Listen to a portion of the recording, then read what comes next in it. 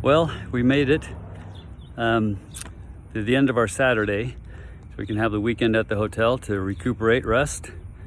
We're actually in Bolivar, Missouri. We drove here after I rode to Greenfield, and we'll backtrack on Monday morning.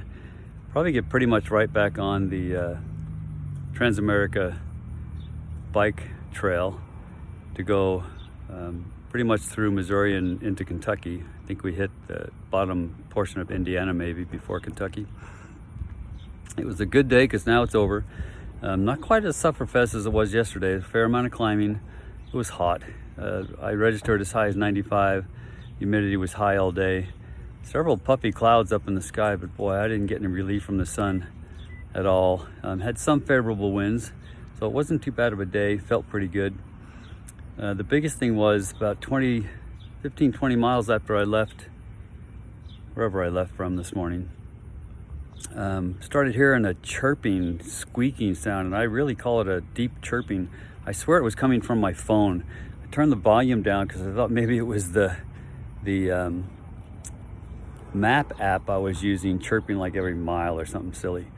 And it wasn't. And I thought, it sounds like birds right along the road, like in the grass or something, because there were a lot of birds around going past the farm fields and that.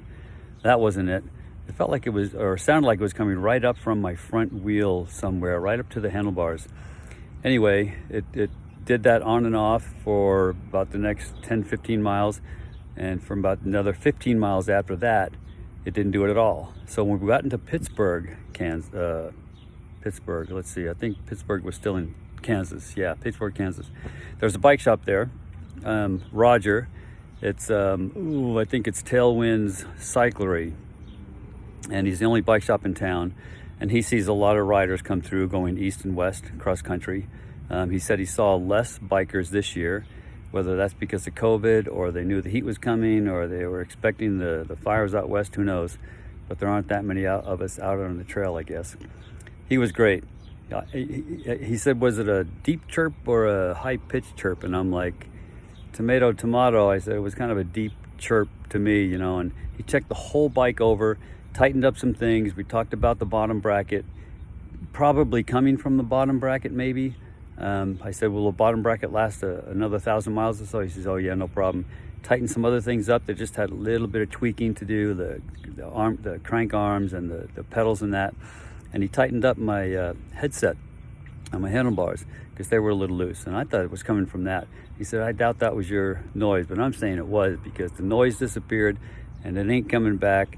And I really, really appreciated the time he spent dropping what he's doing to do that and didn't charge me.